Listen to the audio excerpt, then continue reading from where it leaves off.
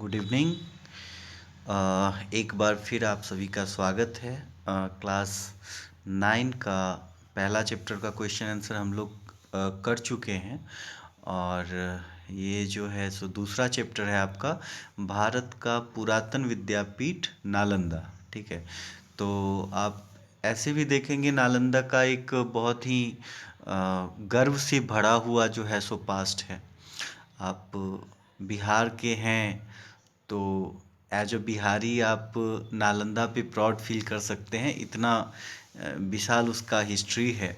तो आज हम इसके टोटल सभी क्वेश्चन आंसर को देखेंगे और होप्सो कि आप सबके लिए ये यूजफुल हो।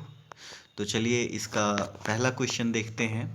फर्स्ट क्वेश्चन है कि नालंदा की वाणी एशिया महाद्वीप में पर्वत और समुद्रों के उस पार तक फैल गई थी। इस वाक्य का आशय स्पष्ट कीजिए। अब देखिए इसमें आप जो इसका एक बैलेंस्ड जो आपको आंसर होना चाहिए वो है कि नालंदा में ज्ञान साधन, ठीक है, ज्ञान साधन के सुरभित पुष्प खिले हुए थे।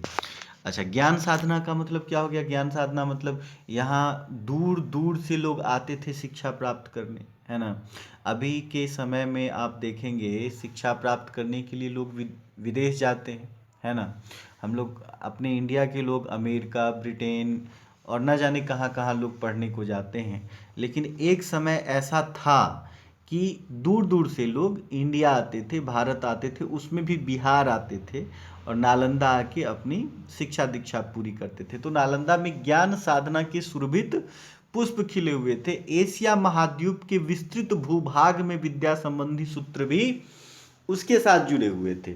यानी बात करें तो उस समय समुद्र का ही जो है सो यातायात उपयोग किया जाता था दो देशों के बीच में। वायु मार्ग का कुछ ऐसा था नहीं उस समय सिस्टम। तो इस कौर से एशिया महाद्वीप के आसपास के देश अच्छे से जुड़ पाते होंगे, मतलब भारत से, इसीलिए वहाँ तक जो था सो नालंदा का प्रचार प्रसार बढ़िया से था। ज्ञान के क्षेत्र में देश और जातियों के भेद लुप्त हो जाते हैं। आप देखिए जो ज्ञानी लोग होंगे वो अक्सर विभेद नहीं करेंगे, एक दूसरे के साथ भेदभाव, ये छोटा मोटा ऊंच नीच जात पात, इन सब से वो ऊपर उठ जाते हैं। तो इन्हीं कारणों से क्या था ना कि नालंदा के बारे में ये जो है स्टेटमेंट दिया गया है, ये वाक्य बोला गया है कि नालंदा की वाणी एशिया महाद्वीप में पर्वत और समुद्रों के उस पार तक फैल गई थी। ठीक है, यानी कि जो नालंदा की भाषा थी, जो लोग वहाँ शिक्षा दीक्षा लेने आते थे, तो शिक्षा दीक्षा अगर लेने आते थे तो वहाँ के लोगों की जो भाषाएं थी, जो लोकल का एक भाषा था, उसको वो सीख भी लेते थे और अपने क्षेत्रों में जाके उसका वर्णन भी करते होंगे। तो इस तरीके से जो नालंदा की वाणी थी लगभग एशिया महाद्वीप में पर्वत और समुद्र के उस पार तक फैल गया था। ठीक है, ये इस संदर्भ में इसका ये वाक्य का प्रयोग हुआ है। चलिए अब दूसरे क्वेश्चन की तरफ बढ़ें। तो दूसरा कहता है मगध की प्राचीन राजधानी का नाम क्या था और वो कहाँ अवस्थित था? देखिए मगध की प्राचीन राजधानी का नाम जो था वो राजगीर था। ठीक है, राजगृह अभी का जो है वर्तमान की बात करें तो वो आपका ये राजगृह अभी राजगीर है, उसको आप राजगीर बोल सकते हैं, राजगीर। ठीक है, राजगीर जो है सो आप बोल सकते हैं। तो राजगीर है वर्तमान का, लेकिन पुराने समय में आज के राजगीर को राजगृह कहा जाता था। ठीक है, तो मगध की प्राचीन राजधानी का नाम राजगृह था और वह 5 पर्वतों के मध्य में बसी हुई गिरिब्रज या राजगृह नाम से प्रसिद्ध था। यानी दो नाम हो गया, एक तो गिरिब्रज और दूसरा राजगृह हो गया। ठीक है, ये दोनों नाम किसका था? तो मगध की प्राचीन राजधानी का। ठीक है, मगध के प्राचीन राजधानी का आज हम लोग इसको अपभ्रंश रूप में राजगीर बुलाते हैं, राजगृह था पुराना। और आज भी आप जाएंगे राजगीर में तो वहाँ 5 पहाड़ियों का जो है सो एक युग्म है। मैं वहाँ गया हुआ हूँ और मैंने उसकी सुंदरता को महसूस किया है। तो चारों तरफ से आपको लगेगा घिरा हुआ पहाड़ का एक सुरक्षा कवच है, ऐसा महसूस आप कर पाएंगे। तो मगध की प्राचीन राजधानी का नाम राजगृह या गिरिब्रज था। ठीक है जी। चलिए तीसरे क्वेश्चन की तरफ बढ़ते हैं। तीसरा है बुद्ध के समय नालंदा में क्या था। अब देखिए बुद्ध के समय नालंदा के गांव में प्रवाजिकों का आम्रवन था। अब देखिए प्रवाजिकों जो वहाँ के जो संपन्न लोग होंगे उन लोगों का आम्रवन से क्या मतलब, आम्र से मतलब होता है आम के आम का फल या आम, और वही आम्र वृक्ष बोले तो आम का पेड़, और आम्रवन बोले तो मतलब आम का बगीचा। ठीक है।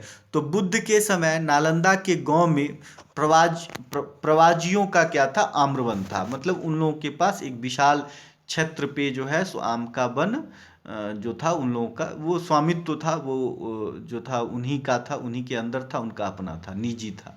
ठीक है। तो चलिए ये चीज़ था। अब चलिए नेक्स्ट क्वेश्चन की तरफ। 4 नंबर का जो क्वेश्चन है आपका वो है कि महावीर और मेखलीपुत्र गोसाल की भेंट किस उपग्राम में हुई थी। देखिए जैन ग्रंथों के अनुसार नालंदा की उपग्राम वाहिरिक में महावीर और मेखलीपुत्र की भेंट हुई थी। अब देखिए यहाँ जो स्थल है, यहाँ सबसे महत्वपूर्ण चीज क्या है, स्थल की बात है। तो जैन ग्रंथों के अनुसार ग्रंथ ये कहता है, जैन का जो ग्रंथ है वो ये कहता है कि नालंदा के उपग्राम, नाम था उसका वाहिरिक। क्या नाम था? उसका नाम था वाहिरिक। तो बात करें वाहिरिक में महावीर और मेखलीपुत्र की जो है सो भेंट हुई थी। ये वर्ड याद रखिए, माहिरिक। वो उपग्राम का नाम क्या था? माहिरिक। तो माहिरिक में महावीर का और मेखलीपुत्र गोशाल था, उनका भेंट वार्ता हुआ था। ये कोई बहुत विवरण वाला क्वेश्चन है नहीं। इसमें आपसे कोई जगह का नाम ही पूछा जा रहा है, उपग्राम का नाम, तो बस वही है, महावीर और मेखलीपुत्र गोसाल की भेंट किस उपग्राम में हुआ था। तो भाई उस उपग्राम का नाम जो था वो वाहिरिक था। उपग्राम वाहिरिक में महावीर और मेखलीपुत्र का भेंट वार्ता हुआ था। चलिए अब नेक्स्ट पे चलते हैं। तो नेक्स्ट नंबर है आपका 6 नंबर क्वेश्चन, लगता है 5 छूट गया है। 6 नंबर क्वेश्चन है तारानाथ कौन थे, उन्होंने नालंदा को किसकी जन्मभूमि बताया है। देखिए तिब्बत के विद्वान इतिहास लेखक लामा तारानाथ तिब्बत के निवासी थे। देखिए तिब्बत कभी हिंदुस्तान का ही एक हिस्सा रहा होगा, ठीक है, और कालांतर में किसी कारण से अलग अलग देश बनता रहा है, उसी में तिब्बत भी बना है। तो तारानाथ देख रहे हैं, जो ये नाथ वाथ का सिस्टम है वो भारत में ही है। भारत के ही लोग जो हैं सुनाथ लगाते हैं, शंभुनाथ, कोई नाथ ऐसा करके आप देखेंगे, केदारनाथ, बद्रीनाथ।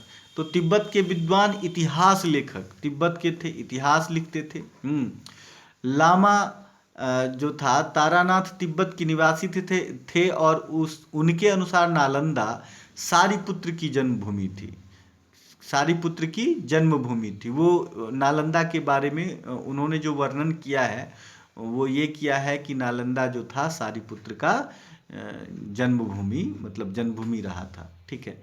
तो चलिए नेक्स्ट क्वेश्चन की ओर चलें। तो ये है आपका 7वां नंबर क्वेश्चन। ये कह रहा है एक जीवंत विद्यापीठ के रूप में नालंदा कब विकसित हुआ। देखिए किसी चीज का जन्म होना, फिर उसका विकास होना और फिर अंत होना, ये जिस प्रकार जीवन के साथ है उसी प्रकार सभी संस्था और सभी प्रकार के चीज़ों में आपको देखने को मिलेगा। तो नालंदा की प्राचीनता की जो अनुश्रुति बुद्ध अशोक दोनों से संबंधित है। आप देखिएगा जब आप नालंदा जाइएगा तो वहाँ भगवान बुद्ध के भी आपको मंदिर मिलेंगे, स्तूप मिलेंगे, ठीक है, महावीर के भी धर्मस्थल मिलेंगे। तो वही चीज़ है, नालंदा जो है वो एक जो है सो संयुक्त भूमि है जहाँ महावीर और बुद्ध दोनों जो थे वहाँ पहुँचे थे और उन्होंने अपने अपने तरीके से वहाँ रहे, वहाँ के लोगों को प्रभावित किया और संपूर्ण विश्व को प्रभावित किया। तो नालंदा की प्राचीनता की अनुश्रुति बुद्ध अशोक दोनों से संबंधित है, किंतु एक प्राणवंत विद्यापीठ के रूप में उनके जीवन का आरंभ लगभग गुप्त काल में हुआ। ठीक है। क्या क्वेश्चन था, एक जीवंत विद्यापीठ के रूप में नालंदा कब विकसित हुआ। तो याद रखिएगा कि नालंदा जो है, नालंदा का विकास मुख्य रूप से गुप्त काल में हुआ था। किस काल में? गुप्त काल में, याद रखिए। ठीक है जी। चलिए आगे बढ़ते हैं।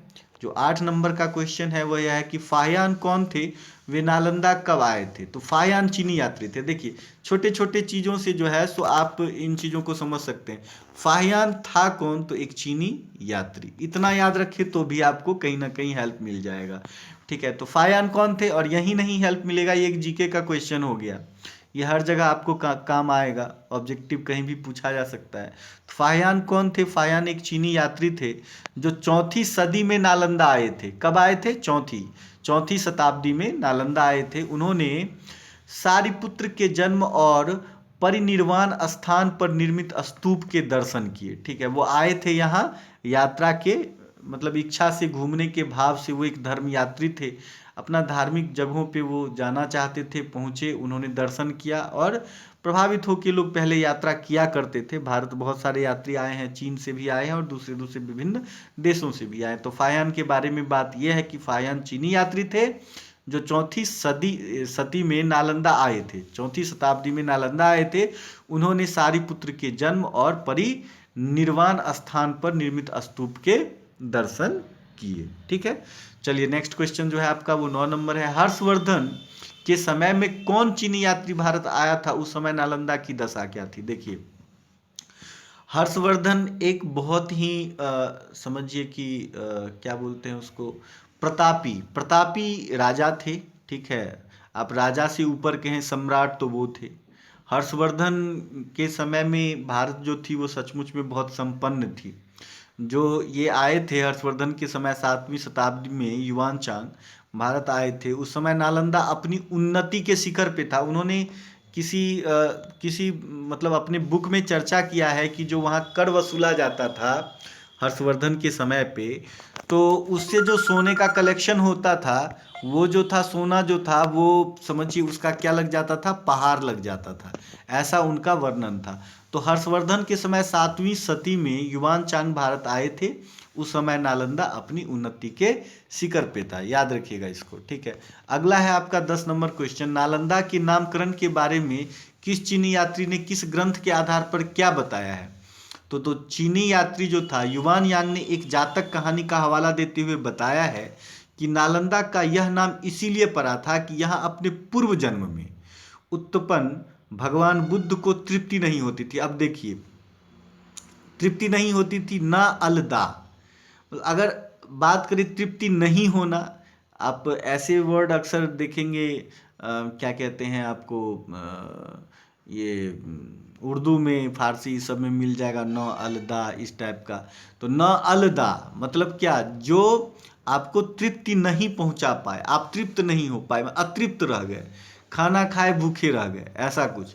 तो चीनी यात्री युवान चांग ने एक जातक का कहानी का एक संग्रह है, अगर आप देखें तो ये जो जातक कहानियां हैं, जातक कहानी जो है बेसिकली ये क्या नाम है इनके, भगवान बुद्ध के पूर्व जन्मों का संग्रह है। भगवान बुद्ध ने जो है सो अपने क्या कहते हैं लाइफ में से पहले भी वो कई बार जन्म ले चुके थे। तो चीनी यात्री युवान चांग ने एक जातक कहानी का हवाला दिया हुआ है, और उस कहानी में जब भगवान बुद्ध उस जन्म में थे तो उन्हें नालंदा में ही वो थे, और वहाँ वो अतृप्त रहते थे, मतलब उस जगह से एकदम बहुत लगाव था, बहुत प्यार था, और वहाँ के हर चीज़ को वो पसंद करते थे। ठीक है, तो इसीलिए उसका हवाला देते हुए ना अलदा, और इसीलिए बना शब्द नालंदा, और नालंदा के उसी के साथ जो है सो इसका क्या हुआ, नामकरण हुआ। चलिए अगला क्वेश्चन पे चलते हैं। 11 नंबर है आपका, नालंदा विश्वविद्यालय का जन्म कैसे हुआ? देखिए, नालंदा विश्वविद्यालय कोई, मैंने अभी इससे पहले बताया था कि कोई ऑर्गेनाइजेशन चाहे कोई भी संस्था हो, उसका भी जन्म होता है, वो बढ़ता है और अंत भी होता है, यह चलता रहता है, ये प्रकृति का नियम है। तो देखिए, नालंदा विश्वविद्यालय का भी जन्म हुआ था। ठीक है, तो नालंदा विश्वविद्यालय का जन्म यानी प्रारंभ जो था जनता के उदार दान से हुआ। पब्लिक जो सामान्य जन थे, आम आदमी थे, उन्होंने एकदम बढ़ चढ़ के दान दिया था इस विश्वविद्यालय की स्थापना के लिए। कहा जाता है कि इसका आरंभ 500 व्यापारियों के दान से हुआ था। शुरुआत कितने व्यापारियों से हुआ? 500 व्यापारी, याद रखिए कितने? 500 व्यापारियों के दान से हुआ था। अच्छा, दान जिन्होंने अपने धन से भूमि खरीद कर बुद्ध को दान में दी थी, उन्होंने इस विश्वविद्यालय की स्थापना के लिए अपना एक संयुक्त धन इकट्ठा करके, भूमि खरीद के, और भगवान बुद्ध को दान में दिया था कि आप विश्वविद्यालय का विकास करें। तो नालंदा विश्वविद्यालय का जन्म जनता के उदार दान से हुआ। कहा जाता है कि इसका आरंभ 500 व्यापारियों के दान से हुआ था, जिन्होंने अपने धन से भूमि खरीद कर बुद्ध को दान में दी थी। अगली क्वेश्चन पे चलें तो है क्वेश्चन नंबर 12, यशोवर्मन के शिलालेख में वर्णित नालंदा का अपने शब्दों में चित्रण कीजिए। यशोवर्मन शिलालेख पहले क्या होता था? देखिए, शिलालेख जो था, पहले बहुत पहले की बात करें तो लोग क्या करते थे, तो शिलाओं पे लिखा करते थे। लोग नहीं लिखते थे, जो राजा होते थे, जो उस समय के शासक होते थे, जो महत्वपूर्ण शब्द होता था उसको वर्णित करने के लिए शिलाओं पे लिखते थे। ठीक है, तो ये एक चलन था ताकि जो है सो आने वाले लोगों को क्या हो सके, हमेशा पता चल सके कि यहाँ क्या सिस्टम था या क्या कोई संदेश है, तो उसके बारे में बताने के लिए। तो यशोवर्मन का एक शिलालेख था, उसमें वर्णन है किसी चीज़ का, किसी चीज़ की चर्चा है। तो कह रहा है यशोवर्मन के शिलालेख में वर्णित नालंदा का अपने शब्दों में चित्रण कीजिए। देखिए, उसमें जो था वर्णन किसका था, तो नालंदा विश्वविद्यालय का चित्रण किया गया था। उसका जो है सो आपको इसमें कह रहा है कि अपने शब्दों में उसका अपने तरीके से वर्णन कीजिए। देखिए, 8वीं, अब ये जो शब्द है, नीचे वाला जो शब्द होगा वो किसके अनुसार वर्णित है, तो यशोवर्मन के शिलालेख के अनुसार। ये आपके और हमारे अनुसार नहीं है, बल्कि यशोवर्मन के शिलालेख में जो वर्णन है उसके अनुसार वर्णन होगा। 8वीं सदी के यशोवर्मन के शिलालेख में नालंदा का बड़ा भव्य वर्णन किया गया है। ठीक है, बहुत बढ़िया से वर्णन रहा है। ठीक है, और कह रहे हैं कि यहाँ के विहारों की पंक्तियों के ऊंच ऊंच शिखर, ऊंचे ऊंचे, ठीक है, शिखर आकाश में मेघों को छूते थे। अब देखिए क्या कह रहे हैं, 8वीं सदी के यशोवर्मन के शिलालेख में नालंदा का बड़ा भव्य वर्णन किया गया, बहुत ज़्यादा, बहुत बढ़िया से वर्णन किया गया है, संपन्नता का वर्णन किया गया है। यहाँ जो विहार थे, विहार किसको बोलते हैं, जो बौद्ध के जो तीर्थ स्थल हैं, ठीक है, जो बौद्धों के द्वारा बनाया हुआ है, तो वो विहार, तो उसकी पंक्तियों के ऊंचे ऊंचे शिखर, इतना बड़ा शिखर जैसा हो जाता था कि लग रहा था आसमान में मेघ को छू रहा है। उनके चारों ओर नीले जल से भरे हुए सरोवर थे। अच्छा, कितना देखिए कितना सुंदर चित्रण है, जल का सरोवर होना, उसमें भी नीले जल का सरोवर होना, ये उसके शुद्धता को और उसके स्वच्छता को वर्णित करता है। नीले जल को, नीले जल का होना, जिनमें सुनहरे और लाल कमल तैरते थे। अब देखिए ये भी कितना जो है सो सुनहरा चित्रण है, बढ़िया चित्रण है। उनमें सुनहरे और लाल कमल तैरते थे, बीच बीच में सघन आम्र कुंजों की छाया थी। आम्र कुंज मतलब आम के पौधों का। यहाँ के भवनों के शिल्प और स्थापत्य को देख के आश्चर्य होता था। जो यहाँ के भवन थे, जो कलाकारी थी बनाने की, उसका जो था सो बहुत बढ़िया से जो था, एक विस्तृत जो था सो स्थिति था, और लोग देख के हैरत में, आश्चर्य में पड़ जाते थे कि वाह क्या सुंदर और कितना बड़ा, कितना भयंकर कलाकृति है। और उनमें अनेक प्रकार के अलंकरण और सुंदर मूर्तियाँ थी। देखिए, मूर्तियाँ होना और अलंकृत होना। अलंकृत मतलब कोई मूर्ति बना सकता है सिंपल, लेकिन अलंकृत जो उसके छोटे छोटे चीज़ों को बड़ा सजावट का ध्यान रखा गया हो, तो वहाँ क्या था, अलंकरण की बात थी, और बहुत ही सुंदर सुंदर मूर्तियाँ था। हर जगह पे सजावट देखने को मिलता था, चाहे वो भवन हो, इधर उधर कहीं चौक चौराहा, जहाँ तहाँ मूर्तियाँ होगा और अलंकार को देखने को मिल जाता होगा। किसकी चर्चा हो रही है, नालंदा की। यो तो भारतवर्ष में अनेक संधाराम है ना, किंतु नालंदा उन सब में अद्वितीय है। ठीक है, ऐसा इसमें चित्रण किया गया है यशोवर्मन के शिलालेख के अनुसार। चलिए ठीक है, अब अगले क्वेश्चन पे चलें। तो क्वेश्चन नंबर आपका 13 है, 13 नंबर का क्वेश्चन, इत्सिंग कौन था, उसने नालंदा के बारे में क्या बताया। अब देखिए, इत्सिंग ये एक व्यक्ति का नाम है, लेकिन वह कौन है ये जानिए। तो देखिए, इत्सिंग जो था वो भी क्या था, एक चीनी यात्री। कौन था, चीनी यात्री था। देखिए उस समय चीन के साथ, चीन हम लोगों से जरूर पीछे रहा होगा, वहाँ से जो है सो बहुत सारे यात्री यहाँ आते थे सीखने के लिए, देखने के लिए। तो इत्सिंग एक चीनी यात्री था। उसके समय में नालंदा बिहार में 300 बड़े कमरे और 8 मंडप थे। कितने कमरे, विहार के अंदर 300 बड़े कमरे और 8 मंडप थे। देखिए छोटी बात नहीं है, 300 उस समय में 300 कमरे, कितने कमरे? 300 बड़े कमरे और 8 मंडप थे। ठीक है, कहता है पुरातत्व विभाग की खुदाई में नालंदा विश्वविद्यालय के जो अवशेष यहाँ प्राप्त हुए हैं उनमें इन वर्णनों की सच्चाई प्रकट होती है। और उन्होंने लिखा होगा, इसके बारे में बताया था। तो जब ये पुरातत्व से जो अवशेष मिले हैं उसमें इस चीज़ की सच्चाई का पता चलता है। ठीक है, तो इरी सिंह एक चीनी, ये इत सिंह जो था एक चीनी यात्री था। उसके समय में नालंदा बिहार में 300 बड़े कमरे थे और 8 मंडप थे। और इसकी पुष्टि भी हुई है, पुरातत्व विभाग की खुदाई से ये पता चला है कि बात सच था, सही में थे। ठीक है, चलिए अगले क्वेश्चन की ओर बढ़ें। तो विदेशों के साथ नालंदा विश्वविद्यालय के संबंध का कोई एक उदाहरण दीजिए। तो उदाहरण देने क्यों कह रहे हैं? विदेशों के साथ संबंध, देखिए जो देश जितना उन्नत है उसका दूसरे देशों के साथ उतना ही अच्छा व्यवहार होगा, रिश्ता होगा। अब देखिए कोई व्यक्ति विशेष ही हो तो व्यक्ति विशेष की विशालता का आप अंदाजा उसके संबंधों से लगा सकते हैं। अगर एक व्यक्ति 500 आदमी से जुड़ा हुआ है तो वो ज़्यादा विशाल, ज़्यादा संपन्न व्यक्तित्व का है, रेदर दैट कि एक आदमी के 5 लोग या 1-2 लोग से संबंध है। ठीक है, तो नालंदा का संबंध विदेशों से था, विदेशों से लोग आते थे जाते थे।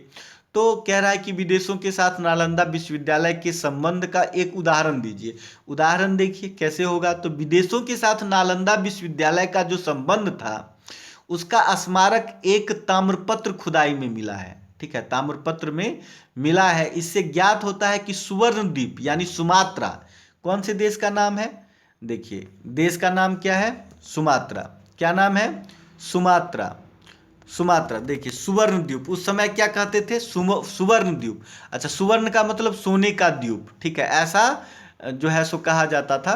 तो सुवर्ण द्वीप यानी सुमात्रा के शासक शैलेंद्र सम्राट, क्या नाम था उनका? शैलेंद्र सम्राट थे। हाँ, शैलेंद्र सम्राट श्री बालपुत्र देव ने मगध के, क्या नाम था? शैलेंद्र सम्राट श्री बालपुत्र देव, क्या नाम था? शैलेंद्र सम्राट श्री बालपुत्र देव ने मगध के सम्राट देवपाल देव के साथ, किसके साथ? तो मगध के सम्राट देवपाल देव के साथ, देवपाल देव के साथ अपना दूत जो है अपने दूत भेजकर यह प्रार्थना की कि उनकी ओर से 500 गांवों का दान नालंदा विश्वविद्यालय को दिया जाए। ये किसने बोला था? सुवर्ण द्वीप के राजा ने किसको बोला था? मगध के सम्राट देवपाल देव को, कि हमारे ओर से आप 500 गांवों का दान स्वीकार करें। नालंदा विश्वविद्यालय को उन्होंने दान दिया था। ताम्रपत्र के अनुसार नालंदा के गुणों से आकृष्ट होकर यवद्वीप के सम्राट बालपुत्र ने भगवान बुद्ध के प्रति भक्ति प्रदर्शित करते हुए नालंदा में एक बड़े विहार का भी निर्माण करवाया था। ठीक है, क्या क्या आप देखिए दो देशों के बीच के संबंध को प्रकट करता है। एक सुवर्ण द्वीप के जो शासक थे उन्होंने क्या किया, जो यहाँ के मगध के सम्राट थे देवपाल, उनको 500 गांव की तरफ से दान भेजा था नालंदा विश्वविद्यालय के लिए, ताम्रपत्र कहता है। और उसी के अनुसार नालंदा के गुणों से आकृष्ट होकर जो था सो यवन द्वीप के सम्राट बालपुत्र ने भगवान बुद्ध के प्रति भक्ति प्रदर्शित करते हुए नालंदा में एक बड़े विहार का निर्माण करवाया। चलिए अब अगले क्वेश्चन की ओर चलें। तो कह रहा है नालंदा में किन 5 विषयों की शिक्षा अनिवार्य थी? देखिए नालंदा का शिक्षा क्रम बड़ी व्यवहारिक बुद्धि से तैयार किया गया था। ठीक है, शिक्षा दीक्षा का एक सिस्टम होता है, एक तरीका होता है, कब क्या पर। देखिए हम लोग अभी भी शिक्षा देते हैं तो पहले LKG UKG नर्सरी ये सब नहीं था, लेकिन धीरे धीरे महसूस किया गया कि इसे होना चाहिए और उसे बनाया गया। तो नालंदा का शिक्षा क्रम जो था वो एक सिस्टम, एक तरीके, एक समझिए कि एक स्तर से जुड़ा हुआ था। मूल रूप से 5 विषयों की शिक्षा वहाँ अनिवार्य किया गया था। तो पहला शिक्षा क्या था? शब्द विद्या। पहला शिक्षा क्या? शब्द विद्या या व्याकरण। पहला जो चीज था ये नालंदा के समय से है कि आपको शब्द विद्या या व्याकरण की शिक्षा दी जाएगी। ठीक है, जिससे क्या होगा, भाषा का सम्यक ज्ञान आपको प्राप्त हो सके। ठीक है, दूसरी बात हेतु विद्या। हेतु विद्या किसको कहते हैं? तो तर्कशास्त्र को। ठीक है, आप कोई बात बोल रहे हैं तो वो तार्किक होनी चाहिए, बिना सिर पैर का बात नहीं होना चाहिए। आजकल लोग तर्क बोलते हैं, पुराने समय में तर्कशास्त्र था। ठीक है। और यह नालंदा विश्वविद्यालय का एक ये अनिवार्य विषय था। ठीक है। इसमें क्या होता था, तो इसमें विद्यार्थी अपनी बुद्धि की कसौटी पर प्रत्येक बात को परख सकता था। ठीक है। चलिए ठीक है, आप तीसरा देखें तो तीसरा क्या था, चिकित्सा विद्या। ठीक है। ये सभी बच्चों के लिए क्या होता था, अनिवार्य नहीं था, ऑप्शनल रहा होगा, लोग ऐच्छिक विषय रहा होगा, हर कोई डॉक्टर तो नहीं बन सकता था। तो चिकित्सा विद्या भी वहाँ दिया जाता था। ठीक है। जिसे सीख कर छात्र स्वयं स्वस्थ रहे एवं दूसरों को भी निरोग बना सके। ठीक है। तो तब ये अनिवार्य रहा होगा सबके लिए, खुद भी स्वस्थ रहना प्रत्येक व्यक्ति के बस की बात है, और दूसरों को भी क्या करना, स्वस्थ रखना सामान्य तौर पे, यह भी उद्देश्य हो सकता है। तो तीन तो यहाँ हो गया, शब्द विद्या या व्याकरण। तो आजकल आप भी ग्रामर पढ़ते हैं, हिंदी का हो, इंग्लिश का हो, संस्कृत का हो, या कोई भाषा सीखें उसका व्याकरण है, ग्रामर है, आप जरूर पढ़ते हैं। पुराने समय हमारे नालंदा ने हजारों साल पहले ये चीज़ अनिवार्य शिक्षा में रखा था। दूसरा था तर्कशास्त्र, और तीसरा था चिकित्सा। फिर चौथा क्या था, तो शिल्प विद्या। चौथा क्या था, शिल्प विद्या। एक ना एक शिल्प को सीखना यहाँ अनिवार्य था। देखिए संस्कृत में एक कहावत था अभी, वो था कि येषां न विद्यां न येषां न विद्या न तपो न दानं ज्ञानं न शीलं न गुणो न धर्मः ते मृत्युलोके भुवि भारभूता मनुष्य रूपेण मृगाश्चरति। मनुष्य वह है जिसके पास क्या होना चाहिए, गुण हो। तो कैसा गुण हो, तो मतलब किसी न किसी तरीके का आप देखिए, या तो वो बजाता हो, है ना, या वो मतलब उसमें दान की शक्ति हो, ऐसा वर्णन है हमारे शास्त्रों में बहुत पुराने समय से। तो अगर आप मनुष्य हैं तो आप में शिल्प विद्या या कोई ना कोई विद्या का विकास है, तभी ही आप जो है सो जानवरों से अलग हैं। उस समय ये जो था सो एक शिक्षा देने का, शिक्षा प्रदान करने का व्यवस्था था नालंदा में, जिसके अनुसार जो था शिल्प विद्या कोई प्राप्त कर सकता था। ठीक है, शिल्प विद्या। और शिल्प विद्या क्या, एक ना एक आपको लेना पड़ेगा, एक ना एक शिल्प विद्या आपको सीखना पड़ेगा, अनिवार्य है, जिससे छात्रों में व्यवहारिक और आर्थिक जीवन की स्वतंत्रता आ सके। वो व्यवहारिक में भी कुशल हो और आर्थिक रूप से, मतलब आर्थिक से क्या मतलब कि उस शिल्प विद्या का उपयोग करके वह जीविकोपार्जन कर सके, उसी व्यवसाय को बढ़ा के वह पैसे कमा सके और अपना आर्थिक उन्नति कर सके। ऐसा उद्देश्य था उस समय, कब का, नालंदा विश्वविद्यालय का, जब शिक्षा दीक्षा प्रदान किया जाता था। इसके अतिरिक्त एक जो था वो अपनी रुचि के अनुसार, अब एक आपकी भी स्वतंत्रता है, अगर आप कुछ छूट गया हो तो आप चुन लें, अपनी रुचि के अनुसार जो है सो लोग धर्म और दर्शन का अध्ययन कर सकते थे। तो देखिए क्या क्या हुआ, शब्द विद्या, व्याकरण, दूसरा हो गया हेतु विद्या, तर्कशास्त्र, तीसरा चिकित्सा विद्या, चौथा है शिल्प विद्या, कोई एक चुनना था, और इसके अलावा पांचवा ऑप्शनल था, ऐच्छिक था, जिसके अनुसार आप धर्म और दर्शन का अध्ययन कर सकते थे।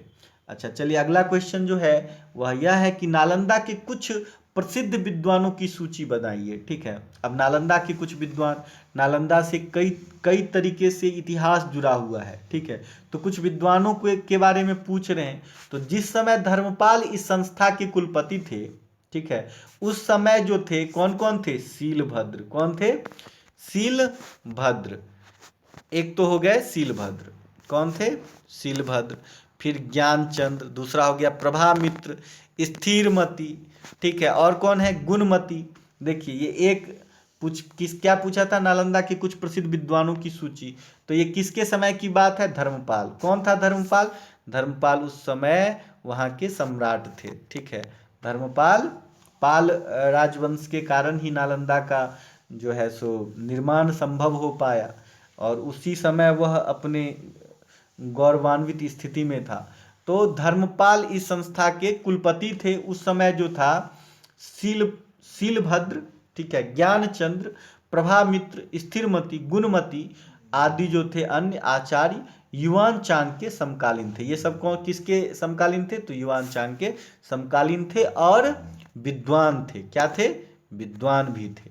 ठीक है, इसको याद रखें। चलिए अगले क्वेश्चन पे चलें।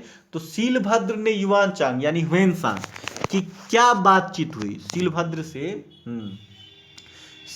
से युवान चांग ह्वेनसांग की क्या बातचीत हुई। तो देखिए, जब युवान चांग नालंदा से विदा होने लगे, यानी कौन, हुएनसांग। कौन विदा होने लगा, हुएनसांग नालंदा से विदा होने लगे, उस समय की बात कह रहे हैं। तब आचार्य शीलभद्र एवं अन्य भिक्षुओं ने उनसे यहाँ रह जाने के लिए अनुरोध किया, यानी हुएनसांग जा रहे हैं और सब कह रहे हैं कि मत जाइए, रुक जाइए। ठीक है, किसने कहा, शीलभद्र ने कहा, और दूसरे जो सदस्य लोग थे, जो छात्र लोग थे, उन लोगों ने भी अनुनय विनय किया होगा। लेकिन युवान चांग ने उत्तर में यह वचन कहे, यह देश बुद्ध की जन्मभूमि है। किसकी जन्मभूमि है, बुद्ध की। इसके प्रति प्रेम ना हो सकना असंभव है। प्रेम तो रहेगा भाई, बुद्ध की जन्मभूमि है, लेकिन यहाँ आने का मेरा उद्देश्य यही था कि अपने भाइयों के हित के लिए मैं भगवान के महान धर्म की खोज करूं, अपने भाइयों के, अपने समाज के, अपने लोगों के हित के लिए, उसकी अच्छाई के लिए मैं भगवान के महान धर्म की खोज करूं। ठीक है, जो महानतम, महान से महान धर्म है, जो कल्याणकारी है, उस धर्म की खोज करूं। मेरा यहाँ आना बहुत ही लाभप्रद सिद्ध हुआ, यानी क्या हो गया, मुझे वह धर्म मिल गया। अब यहाँ से वापस जाकर मेरी इच्छा है कि मैंने जो पढ़ा है, सुना है, उसे दूसरों के हितार्थ बताऊं और अनुवाद रूप से लाऊं। उसके हित के लिए हम उसे व्यक्त करें, उन लोगों को बताएं और उसे अनुवादित करें, मतलब एक बुक के रूप में, किताब के रूप में तैयार करें और वहाँ के जो क्षेत्रीय भाषा है उसमें अनुवाद करके हम उन लोगों को समर्पित करें। ठीक है, इसके फलस्वरूप क्या होगा, अन्य मनुष्य भी आपके प्रति उसी प्रकार कृतज्ञ हो सकेंगे जिस प्रकार मैं हुआ। यानी जो हमको सुविधा मिला, जो हमको ज्ञान मिला, जो फायदा मिला, वह ज्ञान, वह चीज उन लोगों को भी मिलेगा। तो इस उत्तर से शीलभद्र को बड़ी प्रसन्नता हुई और उन्होंने कहा, यह उदात्त विचार तो बोधिसत्वों जैसा है, जैसे बौद्धों का विचार है वैसे ही आपका यह सुंदर विचार है। मेरा हृदय भी तुम्हारी सदाशाओं का समर्थन करता है, यानी आपकी जो इच्छा है उसका हम भी समर्थन करते हैं। ये किसने कहा था, शीलभद्र ने कहा था। युवान चांग ने क्या कहा, देखिए इसको सारांश में कहें तो युवान चांग को रोका गया। जाते समय ऐसे भी देखिएगा, आप किसी के यहाँ जाएं तो वो आपको जरूर रोकेंगे, बोलेंगे ना जाओ ना, आज रह जाओ, है कि नहीं। लोग बोल देते हैं ना ना आज मत जाओ, आज रुक जाओ, कल चले जाना। तो अब भाई हुएनसांग जा रहे हैं, यानी युवान चांग जा रहे हैं, तो शीलभद्र ने भी रोका, दूसरे छात्र ने रोका होगा, दूसरे शिक्षकों ने रोका होगा। तो उन्होंने कहा, देखो भाई, मुझे इस जन्मभूमि से, जो बौद्ध की जन्मभूमि है, उससे बहुत प्रेम होना कोई मतलब ये बात नहीं है कि नहीं है, मुझे बहुत प्रेम है। तथापि हमने जो यहाँ सीखा है, जो पाया है, एक उद्देश्य था मेरा कि हम सच्चे धर्म को खोज सकें, वो मुझे मिल गया है। इसी जमीन पे हम प्राप्त कर चुके हैं। हम चाहते हैं कि हमारे जो बंधु बांधव हैं, समाज के लोग हैं, उन तक हम उस ज्ञान को सही तरीके से पहुंचा दें, ताकि जो हम कृतार्थ महसूस कर रहे हैं वही हमारे समाज के लोग भी आपके प्रति महसूस कर सकें।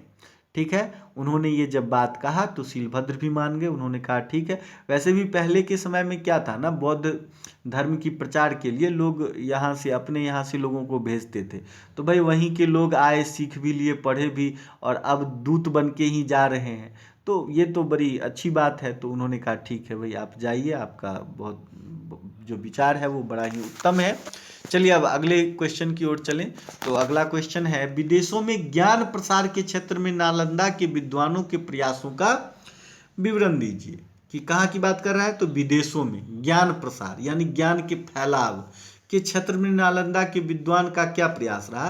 तो देखिए, पहले तो तिब्बत के प्रसिद्ध सम्राट त्योंग-छन-गप्पो 630 ईस्वी में अपने देश में भारतीय लिपि और ज्ञान का प्रचार करने के लिए अपने यहाँ के विद्वान थॉमस मोट को क्या किया था, नालंदा भेजा, जिसने आचार्य देवविद सिंह के चरणों में बैठकर बौद्ध और ब्राह्मण साहित्य की शिक्षा प्राप्त की थी। ये कहा कि तिब्बत के जो थे सम्राट थे, उन्होंने भेजा था किसको, अपने प्रतिनिधि को। यहाँ आके उन्होंने क्या किया, तो देवदत्त सिंह के, मतलब वो उनके गुरु रहे होंगे उस समय, शिक्षक के रूप में उन्होंने क्या किया, उन्हें बौद्ध और ब्राह्मण साहित्य की जो थी उनकी शिक्षा प्रदान की। इसके बाद 8वीं सदी में बात करें तो नालंदा के कुलपति थे आचार्य शांति रक्षित तिब्बती सम्राट के आमंत्रण पर उस देश में गए। ठीक है, क्या नाम था उनका? सम्राट, तिब्बती सम्राट के आमंत्रण पर कहाँ गए? तो नालंदा के कुलपति कहाँ गए थे? तिब्बत में गए थे। ठीक है, कौन गए थे? तो नालंदा के कुलपति थे आचार्य शांति रक्षित, तिब्बत सम्राट ने उनको आमंत्रण दिया था तो वहां गए थे। नालंदा के तंत्र विद्या के प्रमुख आचार्य कमल शील भी तिब्बत गए थे। ठीक है, इन विद्वानों में आचार्य पद्म संभव, ठीक है, 749 ईस्वी में, और दीपशंकर श्री ज्ञान अतीश नाम था उनका, 980 ईस्वी के नाम उल्लेखनीय है। क्या चीज़ के बारे में कह रहे हैं? एक तो देखिए, तिब्बत से लोग आए और यहाँ से आचार्य खुद कुलपति चले गए, वहाँ से भी राजा ने भेजा था और यहाँ से राजा ने आमंत्रित किया था। राजा की इच्छा थी, तिब्बत के राजा, दोनों घटनाएं हुई, वहाँ से प्रतिनिधि आए, यहाँ से कुलपति गए। इसके अलावा कह रहा है नालंदा के तंत्र विद्या, ठीक है, के प्रमुख थे आचार्य कमलनशील भी तिब्बत गए थे। वो भी तिब्बत गए।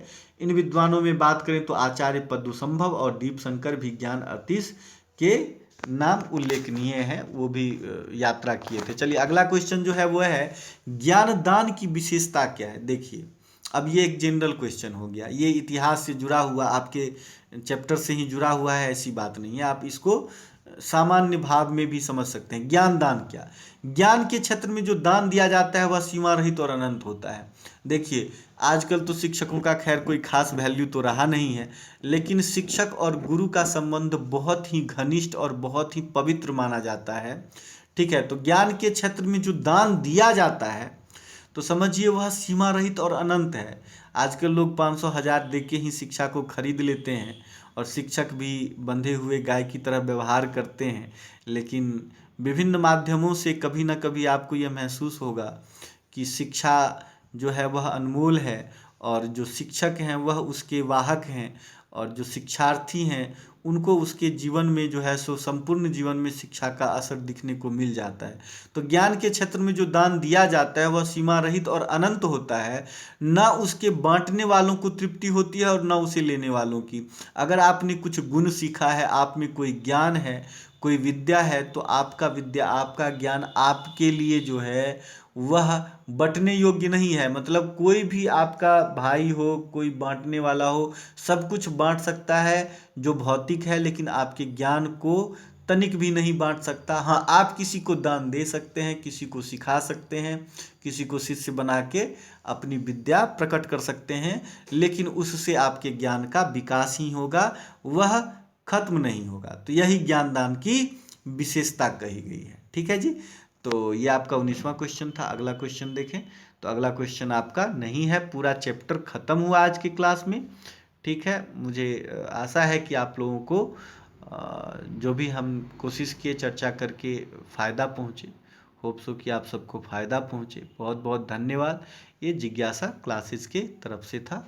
बहुत बहुत धन्यवाद। मिलते हैं अगले क्लास में फिर अगले चैप्टर के साथ।